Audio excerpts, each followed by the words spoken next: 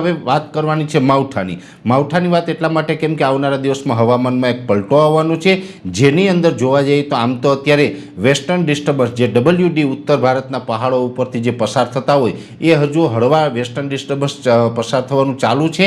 એમાંથી જે ફેબ્રુઆરીના છેલ્લા અઠવાડિયાની અંદર એક વેસ્ટર્ન ડિસ્ટર્બન્સ આવી રહ્યું છે, એ વેસ્ટર્ન ડિસ્ટર્બન્સનો ટ્રફ છે એ ગુજરાત સુધી લંબાય તેવી શક્યતાઓ છે। સાથે ફેબ્રુઆરીના અંતમાં એટલે કે આમ તો 19 તારીખ સુધી તાપમાનમાં 2 થી 4 ડિગ્રીનો ઘટાડો, પણ 20 તારીખથી ફરીથી તાપમાન વધવાનું છે અને એ ઊંચા તાપમાનને કારણે 22 ફેબ્રુઆરીથી લગભગ ગુજરાતની અંદર તાપમાન જે ઊંચું જશે અને ઊંચા તાપમાનને કારણે હળવું દબાણ સર્જાઈ શકે છે અને એના કારણે લોકલ સિસ્ટમો પણ એને સપોર્ટ કરશે।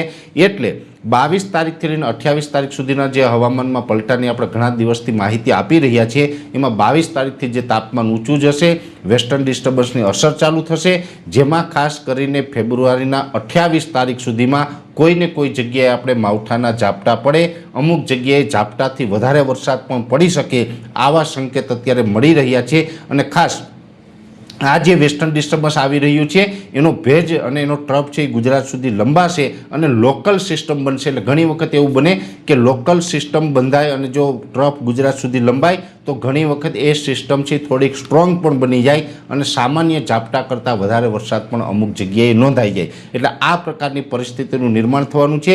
ખાસ કરીને આપણે મોટાભાગના જે પાકો તૈયાર હોય એના ઉપર ખાસ હવે આપણે નજર રાખવાની છે। એમાં પણ ખાસ 22 થી 28 ફેબ્રુઆરીમાં જે હવામાનમાં પલટો આવવાનો છે, એમાં પણ જે 26, 27 ને 28 ફેબ્રુઆરી હશે, આ 3 દિવસ તો એવા હશે એમાં મુખ્યત્વે અનેક જગ્યાએ માવઠાના ઝાપટા પડે તેવી શક્યતાઓ અમે માની રહ્યા છીએ। આના ઉપર અમારી સતત નજર રહેશે, આની પડે પડની માહિતી છે અમે આપણા સુધી પહોંચાડતા રહીશું।